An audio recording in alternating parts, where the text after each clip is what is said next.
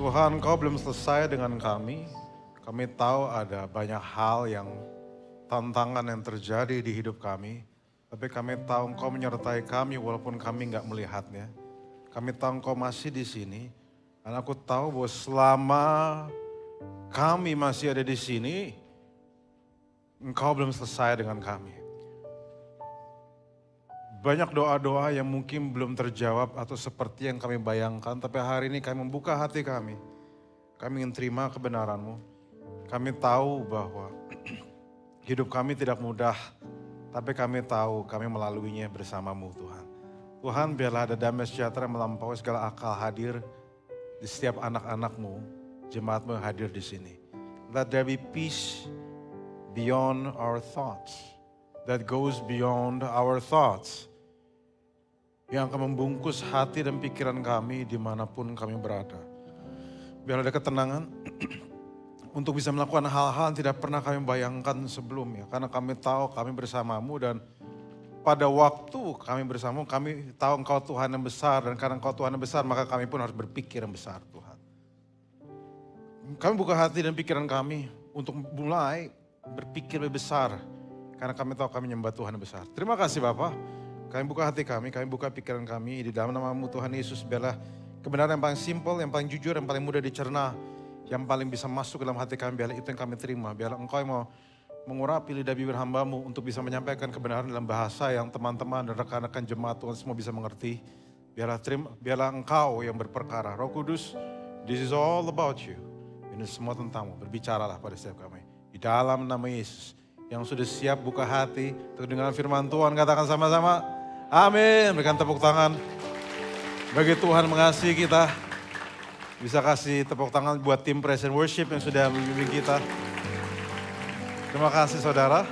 Silakan duduk. Sebelumnya bisa kasih tos kiri kanan dulu dan bilang, you're good, you look good. You look really good. Selamat sore GMS Surabaya Timur, apa kabarnya? Baik, luar biasa. Bersyukur ada yang luar biasa, ada yang bilang biasa aja. It's fine. Saya berharap teman-teman saudara semua dalam keadaan yang sehat. Tak kenal maka tak sayang, karena saya haus kasih sayang. Perkenalkan nama saya Raguel Lewi. I'm a pastor, saya hamba Tuhan. Saya dari Jakarta, dari satu gereja yang bernama New International Church, dan makanya saya berterima kasih atas leadership dari GMS Church yang mempercayakan saya dan untuk bisa melayani firman Tuhan hari ini. Saya akan melayani 3 ibadah sampai malam. Dan saudara mungkin tahu bahwa tadi pagi ibadah 1 sampai 4 Pastor Robert dan Lea yang melayani tadi pagi, dan they happens to be my parents. Dan saudara, bagi saudara yang mungkin datang di ibadah 1 dan 4 tadi, semoga saudara diberkati. Dan kalaupun saya yakin saudara diberkati. Dan saya datang gak sendirian, saya bersama istri saya, makhluk Tuhan paling seksi. Silakan berdiri, nyonya besar. Istri saya namanya Elsa. The sexiest lady ever. Saya udah menikah sama dia, saya masih kagum sama dia tiap bangun pagi. Dagunya yang cantik itu seperti kotak persembahan, saudara. Setiap kali saya lihat dagunya dia, saya selalu pengen memberi sama dia. Makanya dia tidak pernah miskin, karena suaminya yang miskin. I'm just kidding. I'm not your typical pastor mungkin. Saya bukan tipikal pendeta teriak-teriak, karena jemaat saya banyak yang muda. Kalau saya teriak takutnya mereka kena mental, saudara. Jadinya saya tipikal orang yang ngomongnya santai apa adanya seperti ini. Dan saya tipikal orang yang agak teaching type, jadi saya akan pakai papan tulis untuk coret-coret kalau boleh. Tulisan saya nggak terlalu bagus. Kalau misalnya nggak kebaca, baca pakai mata iman aja ya Bapak dan Ibu semua saudara. So ya, apa yang akan saya sampaikan hari ini akan seri yang berdempetan untuk yang jam 3, jam 5 dan jam 7. Dan saya, bagi beberapa di antara saudara yang baru pertama kali saya dan mungkin berpikir, oh ini pendeta kok rambutnya panjang. Saya cuma bisa bilang begini, saya pengen jadi seperti Kristus, tapi karakternya belum nyampe, jadi rambutnya dulu, amin, ya.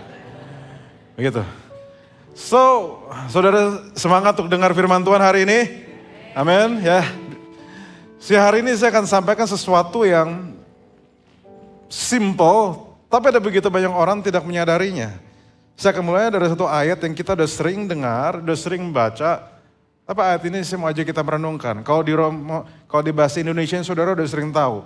Yaitu kita akan buka di Roma 12 ayat 1 sampai 2. Kalau saudara udah sering baca ayat ini, saudara akan sering dengar di Roma 12 ayat 1, mungkin saudara sering dengar, jangan jadi serupa dengan dunia ini, tapi berubahlah sesuai dengan pembaharuan budimu, dan sebagainya. Saudara sering tahu. Tapi hari ini ada satu kebenaran yang ingin saya sampaikan pada Bapak dan Ibu teman-teman semua di sini.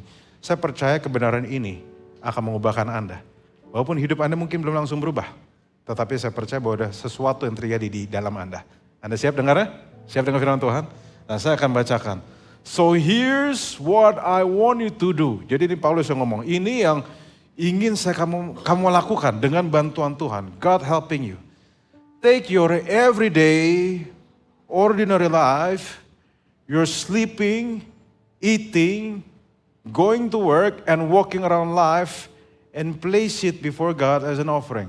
Embracing what God does for you is the best thing you can do for Him. Nyampe sini aja dulu, muncul dari ayat sebelumnya dulu. Yuk, saudara bisa lihat, ada sebuah kebenaran yang bilang ini bahwa take your everyday, ordinary life. Saya mau highlight ada satu kata di sini saudara, yaitu ordinary life. Ordinary life. Saudara tahu nggak ordinary life dalam bahasa Indonesia arti apa? Hidup yang biasa aja. Hidup yang sehari-hari. Dan firman Tuhan yang jelas mengatakan bahwa dia bilang bukan cuma ordinary life, tapi your sleeping, yaitu tidurmu, makanmu, kerjamu, dan jalan-jalanmu. Dan Alkitab nggak cuma sekedar minta kita untuk sekedar membawanya, melakukannya, tapi mempersembahkannya itu pada Tuhan di altarnya Tuhan. Ini sesuatu yang powerful. Kenapa? Memberi kita ide bahwa ayat ini bilang gini, persembahkanlah hidupmu yang biasa aja ke hadapan Tuhan. Saudara, ayat ini mind blowing kalau istilah anak zaman sekarang ya. Ayat ini very mindful, very demure gitu istilahnya anak sekarang bilang. Kenapa? Karena pada waktu semua orang berlomba jadi luar biasa, semua orang pengen jadi hidup yang luar biasa. Banyak orang pengen jadi seperti Agnes Mo, joget-joget cinta tak ada logika dan sebagainya.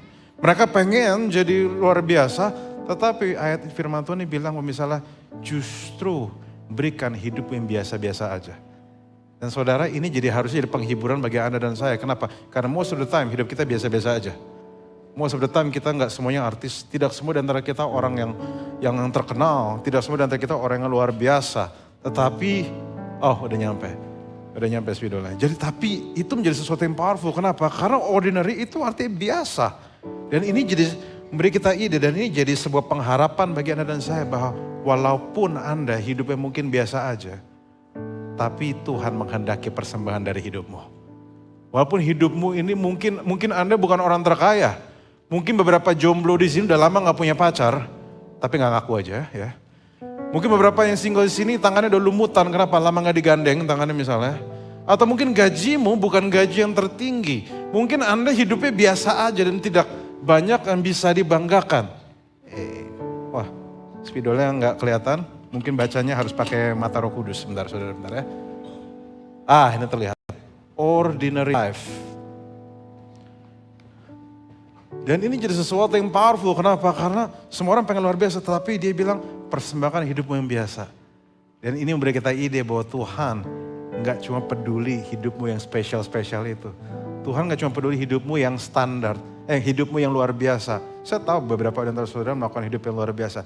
Tapi Tuhan juga peduli saat hidupmu biasa aja. Tuhan juga peduli saat Anda mungkin bukan orang yang punya pencapaian yang besar. Dan banyak orang pengen mempersembahkan terbaik bagi Tuhan. Setuju? Kita pengen persembahkan terbaik bagi Tuhan. We want to give the best for God. Masalahnya saudara, kalau kita cuma persembahkan yang terbaik, nah ini logikanya. Maka yang Tuhan dapat hanya yang terbaik. Padahal yang Tuhan mau bukan cuma yang terbaik, yang Tuhan mau semuanya. Saudara tahu kenapa Tuhan mau semuanya? Karena bagi dia gak cuma mau sisi terbaik saudara aja. Dia mau semua tentang saudara. Karena kekristenan bukan cuma relationship, kekristenan bukan religion. kekristenan adalah relationship. Relationship yang sehat adalah salah satu pribadi bisa menerima satu pribadi lain sebagaimana adanya, termasuk ada bagian yang masih on progress. Siapa yang bangga punya Tuhan seperti ini? Saudara harusnya bangga punya Tuhan seperti ini. Saudara mungkin biasa aja saudara, tapi Tuhan menyukai sisi-sisi saudara, bahkan kelemahan-kelemahan saudara. Ibaratnya kalau saya mau kasih gambaran, mungkin seperti ini, taruhlah ini lingkaran, terima dengan iman di lingkaran, saudara ya. Bentuknya dari seperti lingkaran. Seringkali bagian terbaik kita ini, hanya bagian terbaik kita hanyalah sedikit di antara kita. Karena tidak semua bagian hidup kita itu baik. Tidak semua keadaannya baik-baik saja. Tidak semua hidup kita itu seperti yang kita bayangkan. Mungkin hanya bagian ini yang terbaik. Dan mungkin sisanya bagian saudara yang biasa aja atau bahkan yang buruk. But somehow Tuhan gak cuma mau satu slice di hidup saudara. Tuhan mau semuanya. Jadi hari ini saudara, jangan pernah takut datang kepada Tuhan. Walaupun kau punya begitu banyak problem, kau punya begitu banyak tantangan, jangan pernah takut datang pada Dia. Dia gak cuma pengen yang terbaik di hidupmu, Dia pengen semuanya. Nah maka dari itulah saudara, ada satu statement yang powerful. Dia bilang gini, bahwa kalau di bahasa Indonesianya dikatakan bahwa mempersembahkan hidupmu itu adalah ibadahmu yang sejati. Saudara tahu gak kata ibadah itu sebenarnya adalah kata serapan bahasa Arab. Bahasa Arab. Nah tapi sebenarnya ada kata yang cocok untuk bahasa Ibraninya, yaitu mirip sama ibadah tapi bukan ibadah, yaitu bernama avodah. Avodah, katakan sama-sama avodah. Avodah adalah istilah Ibrani untuk ibadah. Nah, apa yang dipikiran kita pada saat kita berpikir soal ibadah? Mungkin saudara berpikir ibadah artinya nangis-nangis di hadapan Tuhan. Artinya saudara duduk di bangku gereja. Dan benar itu tidak salah. Tapi saudara tahu gak, orang Yahudi, mereka tidak memandang ibadah seperti yang kita bayangkan. Karena kata avodah di dalam bahasa aslinya mempunyai 3 arti.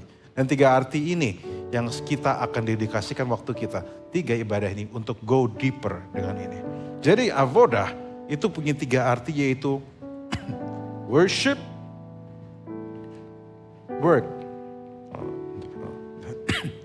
dan service. Wow. Worship, work, and service. So far so good Bapak dan Ibu? Nah, kenapa? Karena banyak orang berpikir bahwa avodah artinya cuma worship. Padahal sebenarnya tidak cuma worship. Orang Ibrani melihat worship,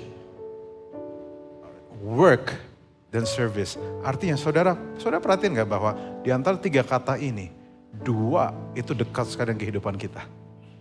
Saudara tiap hari bekerja. Memberi kita ide bahwa bagi bangsa Yahudi dan bagi Tuhan, ibadah bukan cuma sekedar di 4 tembok gereja. Saudara, Tuhan sangat menghargai saat Anda hadir di sini. Oke, saya gak bilang Anda gak harus hadir di sini. You have to come to the church. Tapi Tuhan cuma kasih tahu bahwa ibadahmu bukan cuma sekedar ada tembok gereja ini. Tapi kau masih punya 2 lagi. Ada orang bilang, Pastor saya melayani di luar. Kenapa? Saya tidak di gereja. Kan termasuk ibadah. Iya, hanya 30%. Tapi sisanya, saudara juga perlu di rumah Tuhan. Dan hari ini kita akan renungkan 3 hal ini. Dan hari ini saya cuma akan share 1 bagian aja. Yaitu worship. Dan jam 5 saya akan share yang service, jam 7 saya akan bahas tentang work. Dan semakin kita mendalami 3 hal ini, saudara akan menemukan ada kebenaran yang ternyata menarik. Dan saudara akan sadar bahwa Tuhan itu lebih dekat dari apa yang kita bayangkan. Oke, yaitu avodah itu punya 3 arti, yaitu worship, work, dan service. Dan kita akan mulai dari worship dulu. Efesus 5 ayat 19-21. Dan berkata-katalah seorang kepada yang lain dalam mazmur, kidung puji-pujian dan nyanyian rohani. Bernyanyi dan bersoraklah bagi Tuhan dengan segenap hati. Ucaplah syukur senantiasa atas segala sesuatu dalam nama Tuhan kita Yesus Kristus pada Allah dan Bapa kita. Rendahkanlah dirimu seorang pada yang lain dalam takut akan Kristus. Sebenarnya saya mau nanya saudara gini. Saudara di sini ada yang suka nonton YouTube nggak? Suka nonton YouTube? Suka nonton sosial media? Saudara mungkin sering nonton YouTube TikTok atau Instagram. Nah, kalau saya suka nonton, tetapi menarik perhatian saya itu bukan kontennya, tapi komennya, saudara. Ada sering ngeliat konten, simply lihat komennya, itu saya tuh. Bagi saya kontennya biasa aja, komen yang menarik perhatian saya. Nah, saya ini senang sekali melihat komen dari video-video rohani. Saudara pernah perhatiin gak? Komen video rohani itu menarik-menarik. Pada tuh saudara nonton video khotbah ya, saudara akan lihat kayak video khotbah itu punya komen-komen, dan video musik rohani, musik worship punya komen yang sama sekali berbeda. Saudara pernah perhatiin gak? Pada waktu saya iseng ngelihat video khotbah, tiba-tiba saya komennya banyak, tapi isinya berantem semua, saudara. Perang semua gitu kayak, Yesus ini, masa Yesus tuh gini, oh perang panjang komennya. Sambil saya ngunyah popcorn, saya ngeliatin mau sampai mana nih.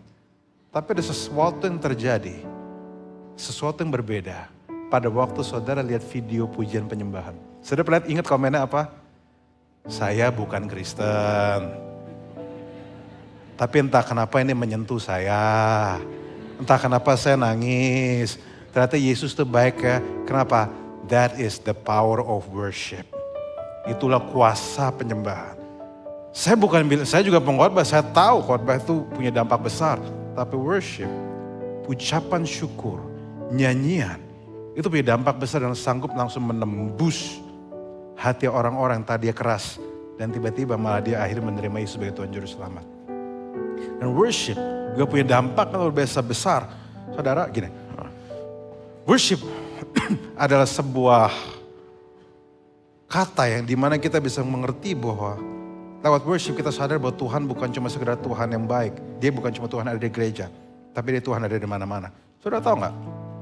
Pernah ada momennya saya punya teman saya, dia lagi murtad ibaratnya, ya bahasa Jerman murtad ya. Dia lagi nggak percaya Yesus, lagi istilah sedang melakukan tindakan-tindakan yang kalau istilah bahasa Prancisnya dugem. Saudara tahu dugem, saudara? Lagi dugem, lagi mabok, lagi minum-minum yang jelas bukan anggur perjamuan, saudara. Lagi mabok, lagi ketawa-ketawa. Dan saudara tahu apa yang terjadi?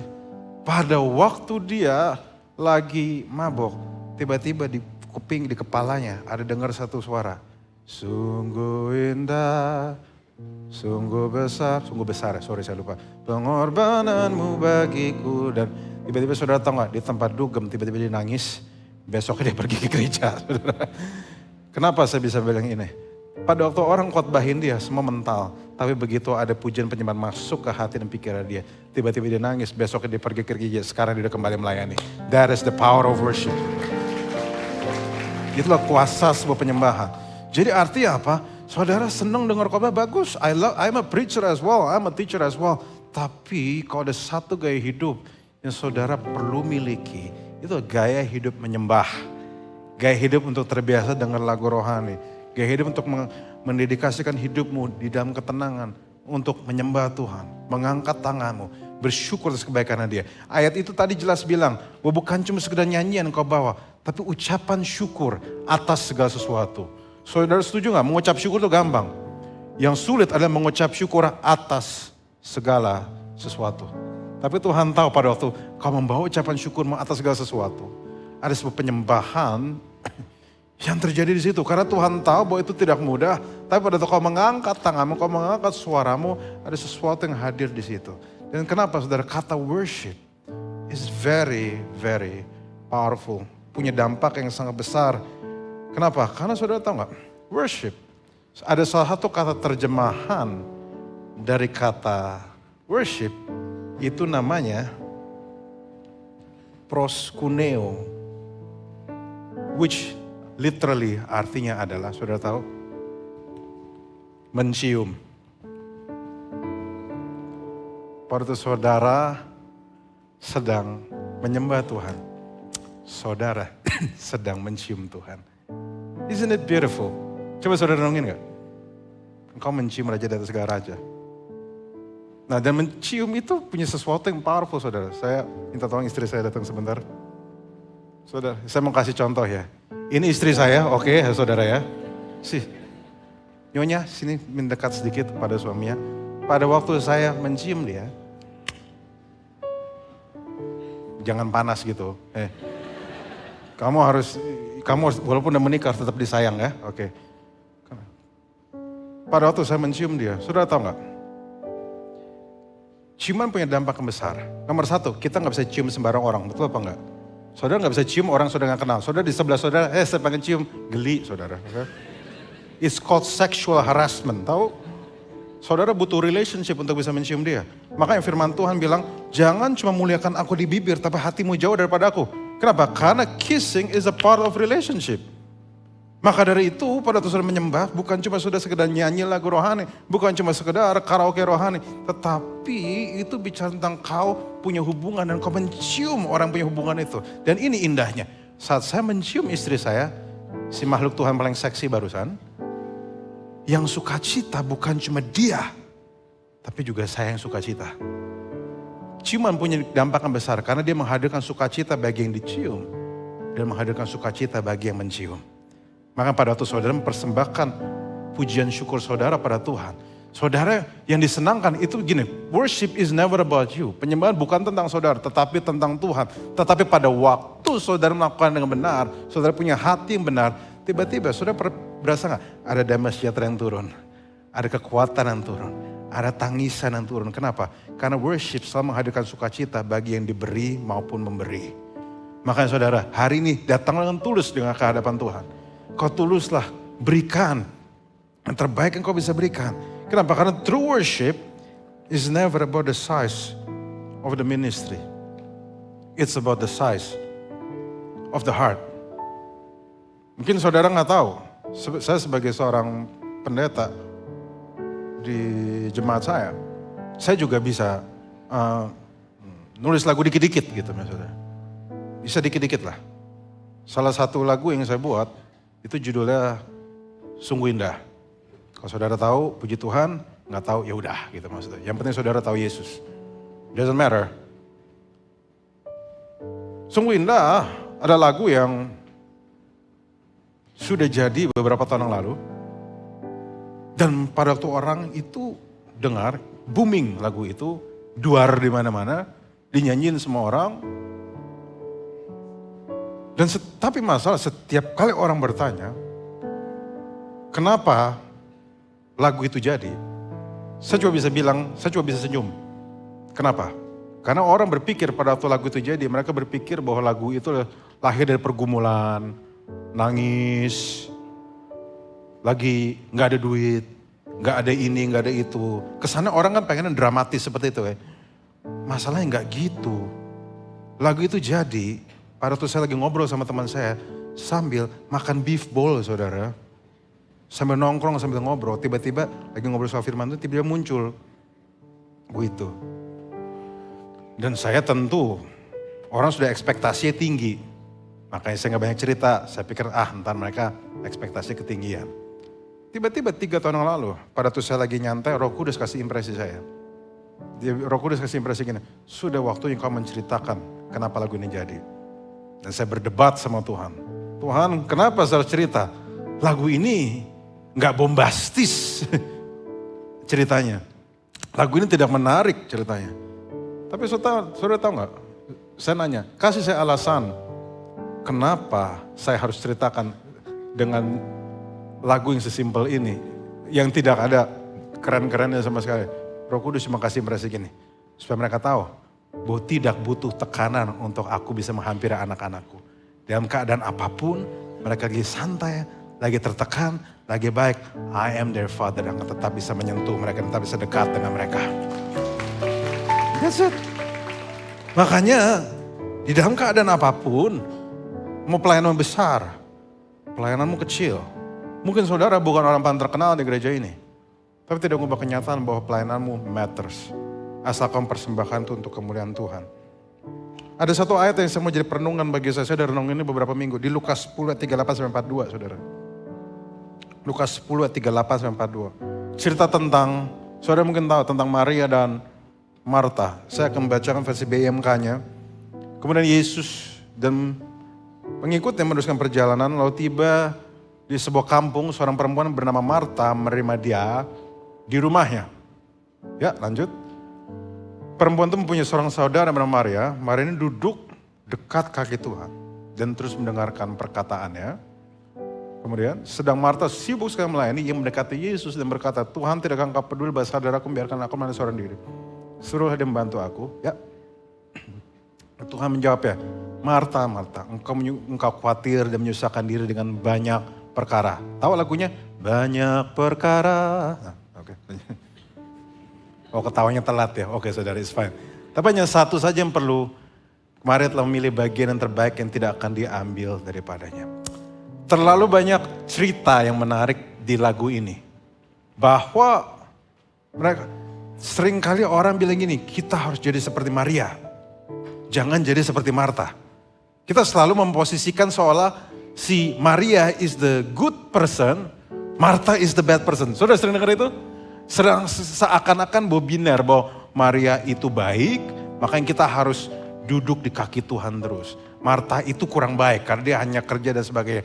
Saudara, dengan segala hormat, kalau tidak ada yang model kayak Marta, hancurlah gereja saudara. Gak ada yang melayani. Saudara bayangkan, kalau saya punya gereja besar, satu gereja, semua gereja modelnya kayak Maria. Aku hanya ingin duduk mendengarkan firman Tuhan. Gue capek banget jadi gembalanya saudara. Masa saya yang usher harus saya. Yang khotbah harus saya. Yang nyalain harus saya. Saudara tahu, di gereja saya, New International Church, gereja saya bisa ada sebagaimana adanya. Karena begitu banyak orang yang punya spirit seperti Marta. Yang bisa melaksanakan apa yang baik. Dan saya tahu gereja ini juga bisa bekerja, berjalan dengan baik. Karena Martanya banyak. Jadi ini bukan isu yang mana yang lebih baik. Tapi isunya adalah, dan saudara tahu, para penafsir bilang, Yesus tidak pernah mempermasalahkan pelayanannya.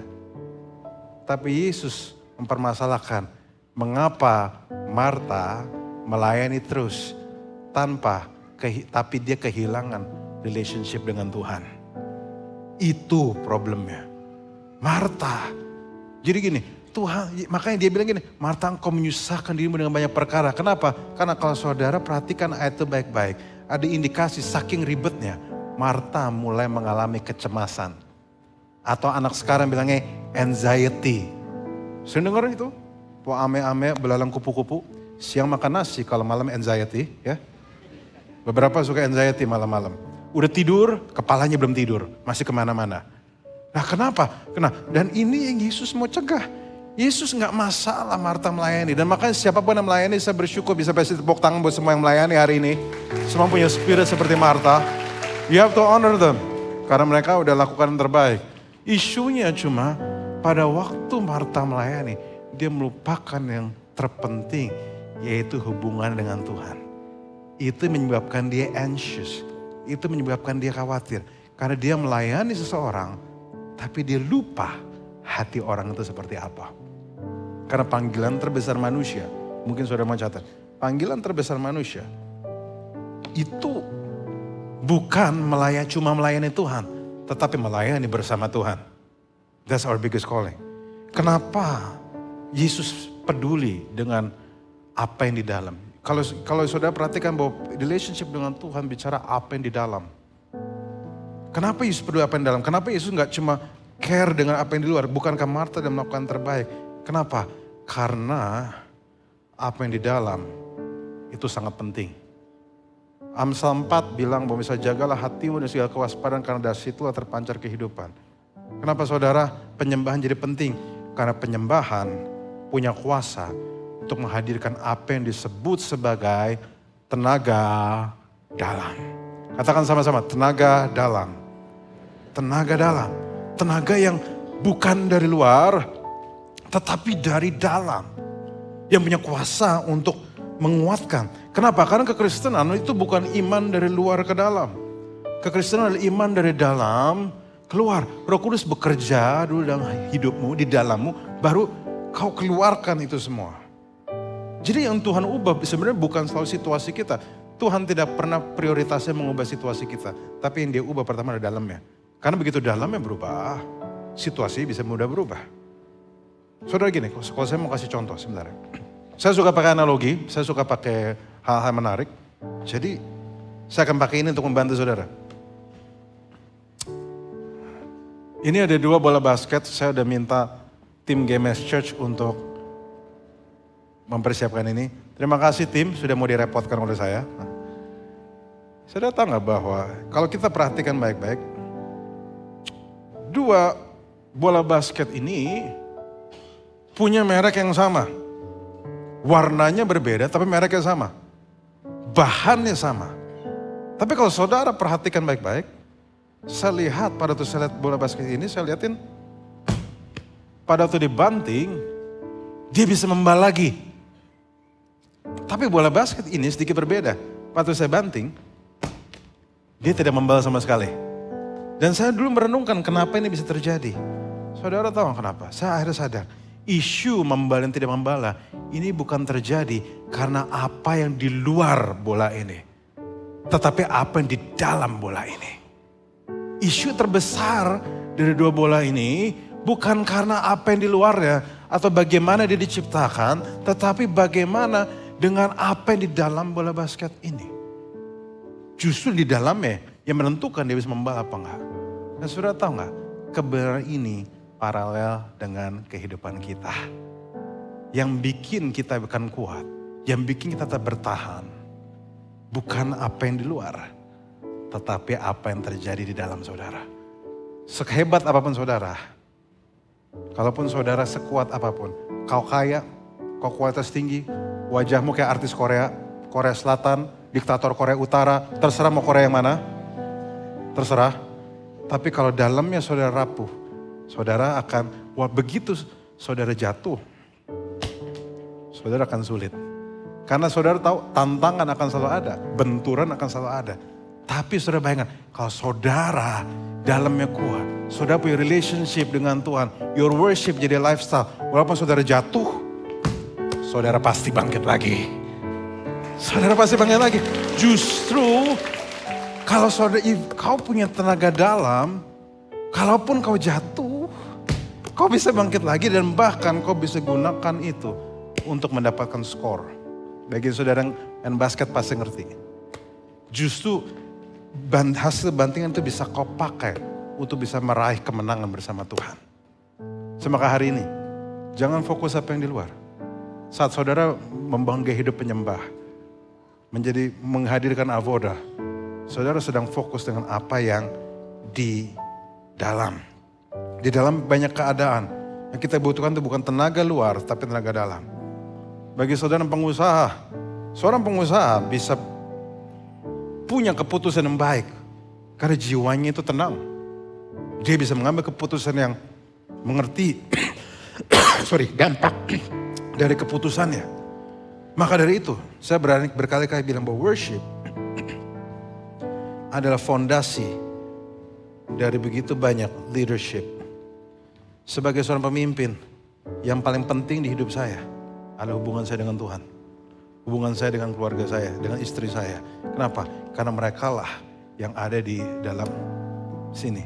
Mereka yang menopang saya. Pada waktu saya jatuh, kita semua bisa jatuh, kita semua bisa menghadapi tantangan. Tapi pada waktu yang di dalam kuat, Anda akan pasti bisa bangkit lagi. Amin.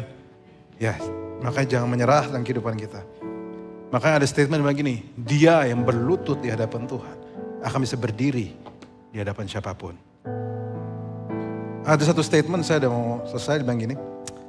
Suksesnya bengkel bukan pas mobilnya perform di dalam, tetapi ya slide di luar. Suksesnya sebuah bengkel bukan pas mobilnya perform di dalam, tetapi di luar bengkel. Jika saudara tahu. Jika saudara pernah nyetir mobil atau punya motor, saudara pasti tahu bahwa akan ada waktu setiap mobil dan motor itu perlu untuk diservis. Dan saudara akan bawa dia ke bengkel. Nah, bengkel yang bagus seperti apa? Apakah harus ber-AC? Apakah harus keren? Apakah bengkel harus ada wifi? Atau wifi-nya harus 5.000 giga gitu, maksudnya kenceng banget? Apakah bengkelnya harus yang kayak AC-nya 15 PK gitu, dingin banget? Atau apakah harus AC-nya harus ada coffee shop-nya, kopinya dari Arab gitu maksudnya? Apakah itu? Tentu itu fasilitas yang baik. Tapi apakah itu bukti dari bengkel yang baik? Kenapa? Karena gini saudara, sekeren-kerennya fasilitasnya. Pada akhirnya kita akan melihat bengkel yang baik itu bukan cuma dari fasilitasnya. Tapi bagaimana dia memperlakukan mobil Anda. Apakah Anda ini mobilnya pas dipakai, itu bisa di luar bisa dipakai lagi apa enggak? Apakah dia cuma baik pada waktu di dalam bengkel, atau dia perform well di luar bengkel?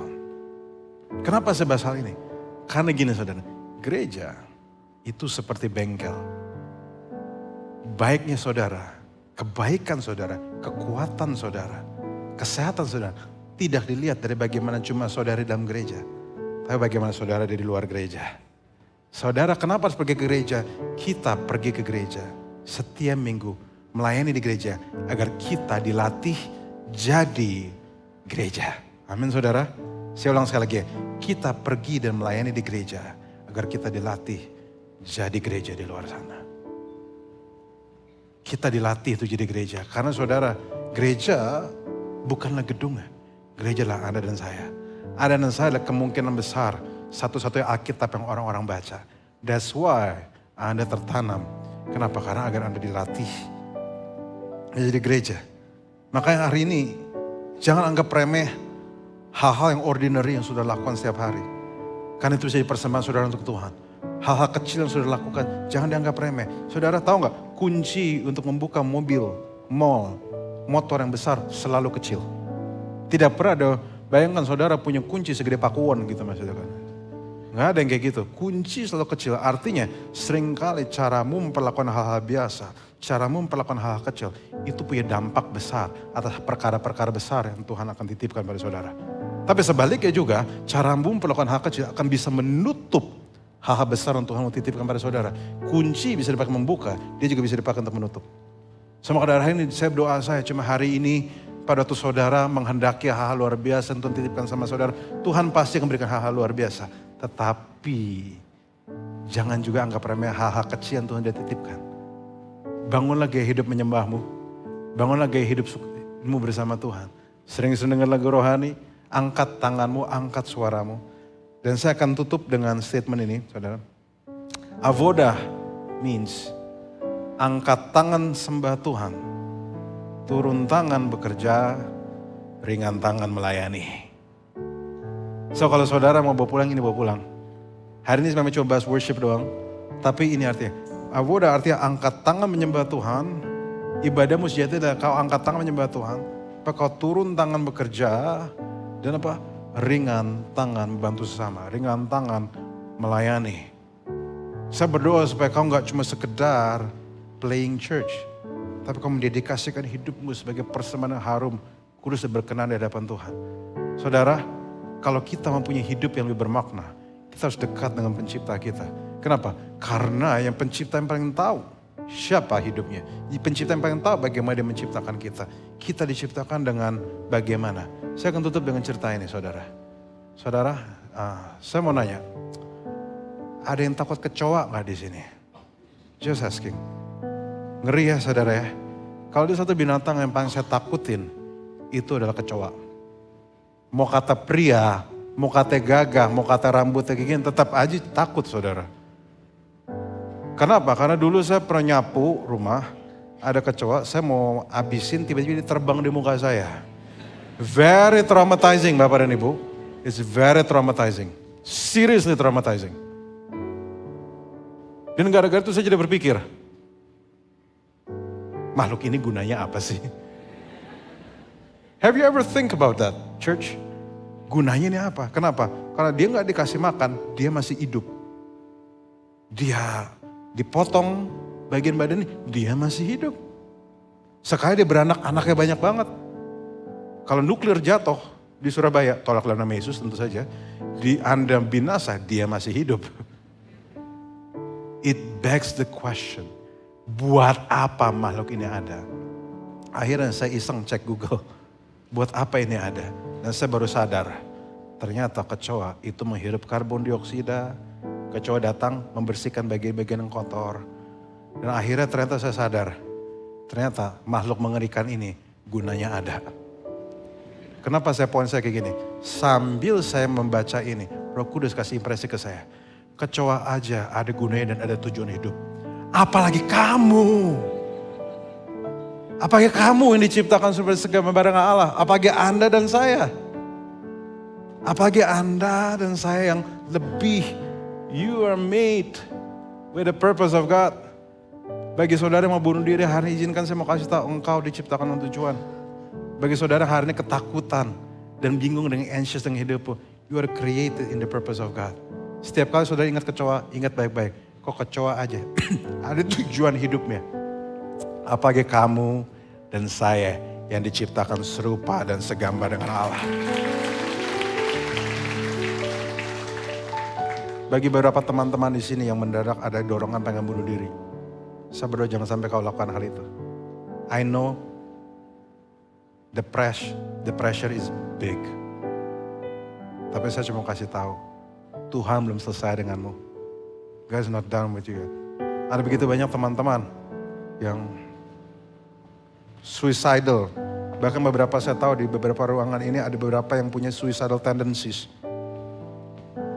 Saya cuma mau kasih tahu bahwa mungkin beberapa di antara saudara mungkin mau datang ini terakhir kali karena mungkin saudara mau melakukan sesuatu yang tidak seharusnya saudara lakukan. But let me tell you something. Tuhan belum selesai dengan Anda. Tuhan punya cerita untuk hidup Anda. Tuhan belum selesai. God is there. Tuhan mengasihi saudara. Do not give up on yourself. Hidupmu ada untuk Tuhan bukan untuk dirimu sendiri. Do not give up on your life. Amin, amin. Tuhan Yesus memberkati semua saudara. Amin. Kita udah selesai bangkit berdiri. Saya mau ajak kita sama-sama nyanyi. Ada satu lagu. Very old song. Lagu yang cukup tua. Dan saya undang saudara worship leader saya, Aldit, untuk bantu saya nyanyiin lagu ini.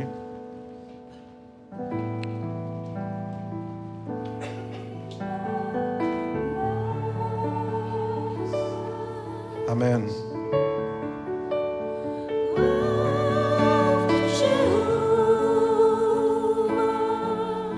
Dia hadir di sini.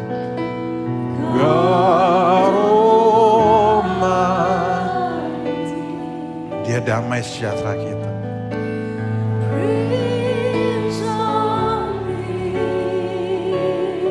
Katakan sama-sama sekali lagi. Troubles endless, oh, hearts are mended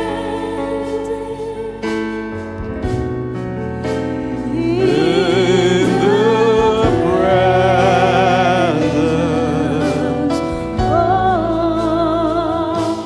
the King. Angkat suaramu, angkat hatimu, katakan sama-sama sekali lagi sepenuh hati. In the presence, lift up your voice. Oh, Jehovah, oh, God Almighty,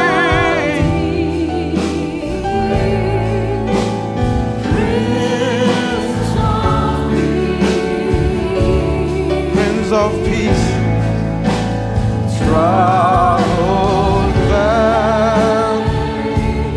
Troubles vanish, hearts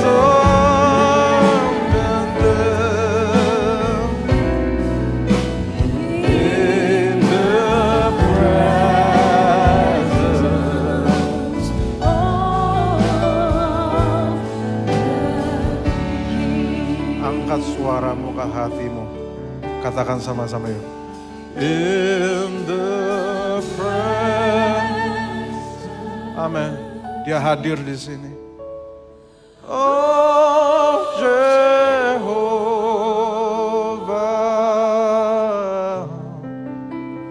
God Almighty, you are Prince of Peace. Di dalam Engkau segala kekhawatiran kami hilang. Troubles vanish. Oh, thank you, Jesus. Hearts are mended in the presence, in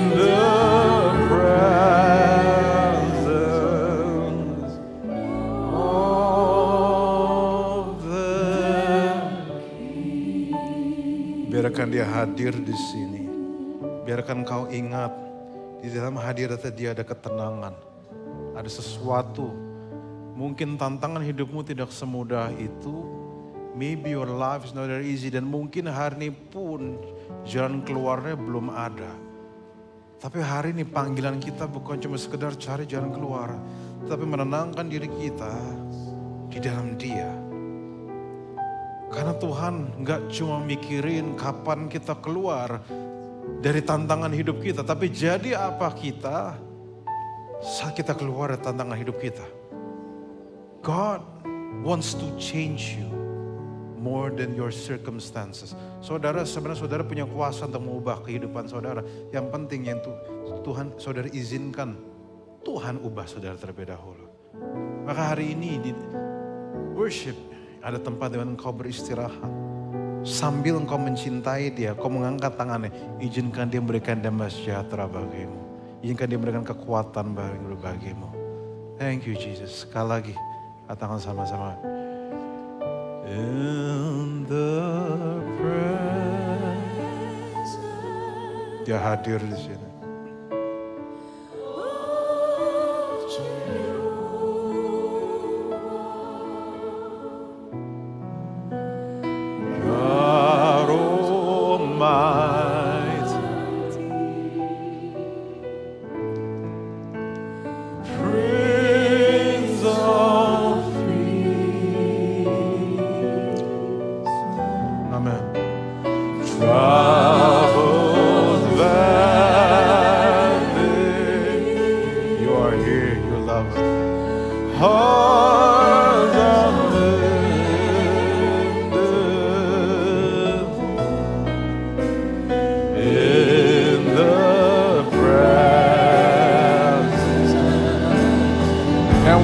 Up our hands and we lift up our voice in your presence, Lord, and we sing, oh, in the presence, oh, Jehovah, oh, you are God of glory, you are God.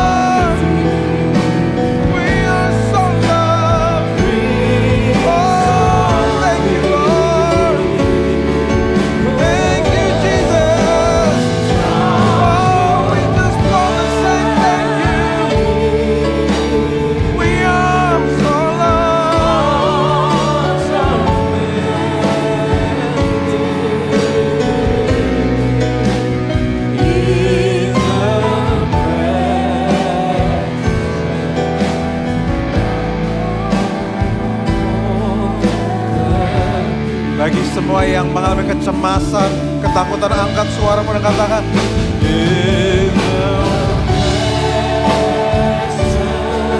biarlah segala anxiety-mu hilang.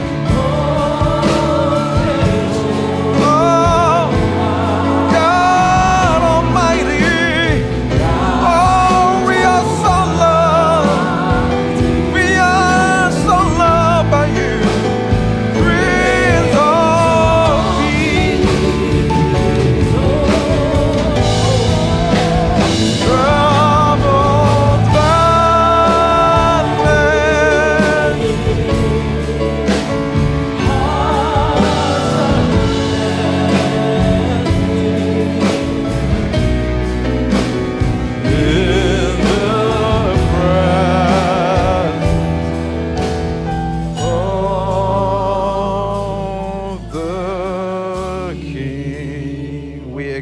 You, Lord, we exalt you.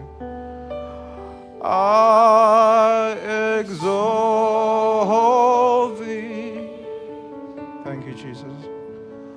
I exalt thee. Oh, I exalt thee. You've been so good to me. You've been so good to me, oh Lord. You love me.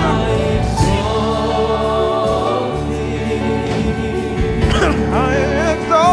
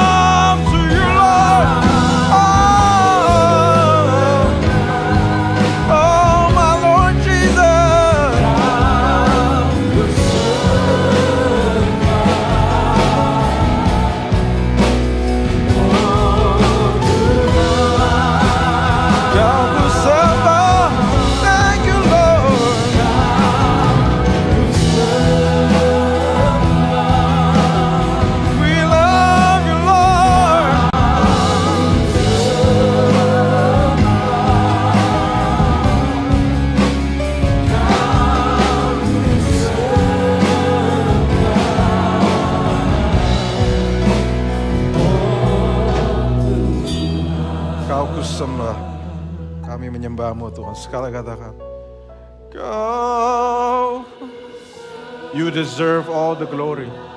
You deserve all the worship. You deserve all the praise. Segala kemuliaan bagi-Mu. Dan saat kami mengangkat tangan kami, mengangkat suara kami tahu Engkau hadir dan memberikan kami damai sejahtera.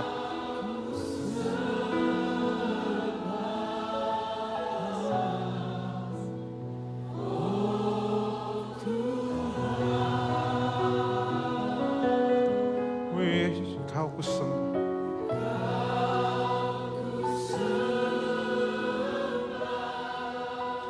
Thank you, Lord Jesus. Bagi teman-teman yang mengalami banyak hal di dalam mental health, come to Jesus. Come to Him. Bukalah hatimu untuk Dia. Biarkan Dia bekerja dari dalam. Biarkan Dia bekerja. Let Him do the work. Let God do the work. Let God do the work. Biar Dia hadir di sini. Come. Allow yourself. Izinkan dirimu dipenuhi oleh-Nya. Izinkan dirimu.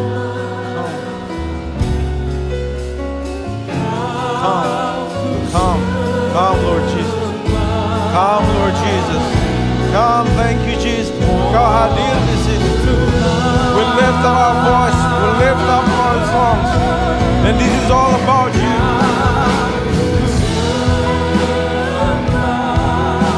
Kau ku sembah.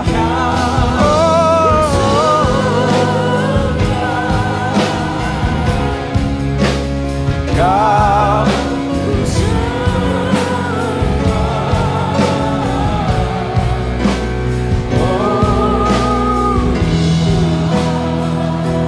Aku berdoa bagi semua teman-teman yang hadir di sini, semua jemaatmu, Bapak dan Ibu, para orang tua, para anak, apapun fase dan musim kehidupan mereka, tantangan akan selalu ada.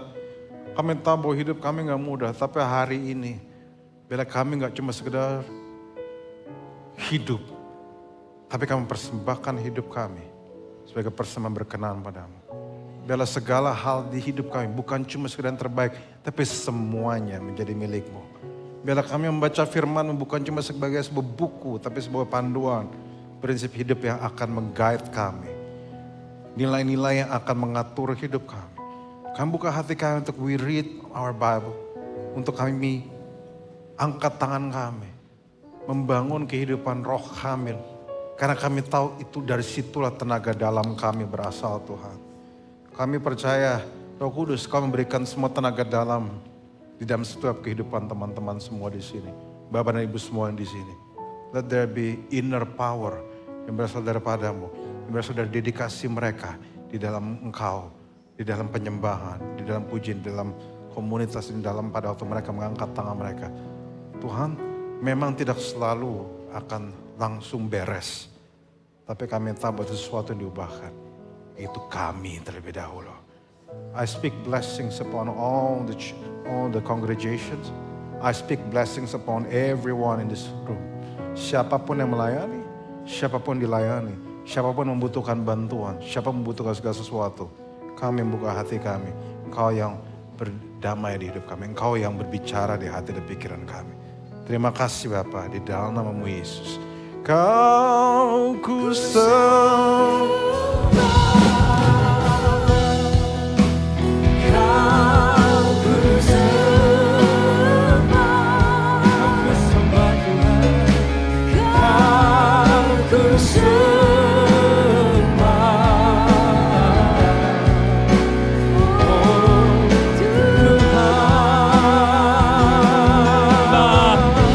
Sembah, Kau ku sembah, amin Tuhan, Kau kami sembah. Gereja-Mu menyembah-Mu Tuhan, Kau kami sembah. Kau ku sembah, oh Tuhan. Sekali lagi, mari kita menyembah Dia sama-sama. Kau ku sembah, ku sembah, amin Tuhan, amin Tuhan. Kau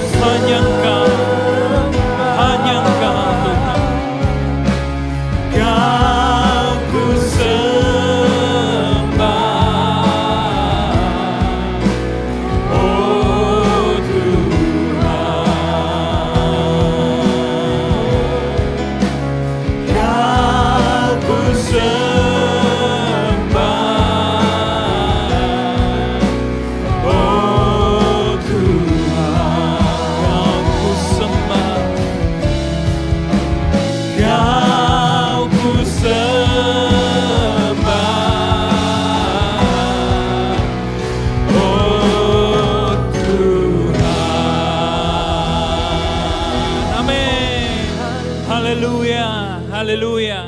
Segala pujian penyembahan hanya bagimu Allah yang dahsyat. Allah yang kami sembah.